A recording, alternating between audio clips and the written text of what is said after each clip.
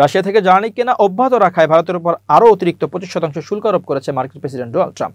বুধবার 6 আগস্ট ভারতের উপর অতিরিক্ত এই শুল্ক আরোপের এক নির্বাহী আদেশে স্বাক্ষর করেছেন তিনি। এ নিয়ে ভারতীয় পণ্যের উপর যুক্তরাষ্ট্রের মোট শুল্কের পরিমাণ বেড়ে 50% দাঁড়িয়েছে। ফরাসি বার্তা সংস্থা এএফপির প্রতিবেদনে বলা হয়েছে, রাশিয়ার তেল কেনার জরিমানা হিসেবে ট্রাম্পের আরোপিত নতুন এই শুল্ক আগামী 3 সপ্তাহের মধ্যে কার্যকর হবে। ভারতীয় পণ্যের উপর বৃহস্পতিবার থেকে কার্যকর হওয়া যুক্তরাষ্ট্রের আরোপিত 25% শুল্কের সঙ্গে অতিরিক্ত এই শুল্ক যোগ হবে। তবে মার্কিন স্টিল ও অ্যালুমিনিয়ামের মতো নির্দিষ্ট খাতভিত্তিক শুল্কের আওতাভুক্ত ভারতীয় পণ্যের জন্য বিদ্যমান ছাড় বজায় থাকবে। এছাড়া ওষুধের মতো সংবেদনশীল যেসব খাতের উপর প্রভাব ফেলতে পারে সেসব খাতের পণ্য আপাতত যুক্তরাষ্ট্রের শুল্ক ছাড় পাবে।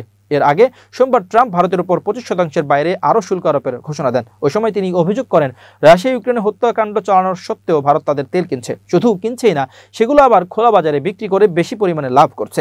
এদিকে ভারতের পররাষ্ট্র মন্ত্রণালয় ট্রাম্পের হুমকির মুখে জানিয়েছে তাদের নিজেদের জাতীয় স্বার্থ রক্ষার প্রয়োজনীয় পদক্ষেপ নেবে।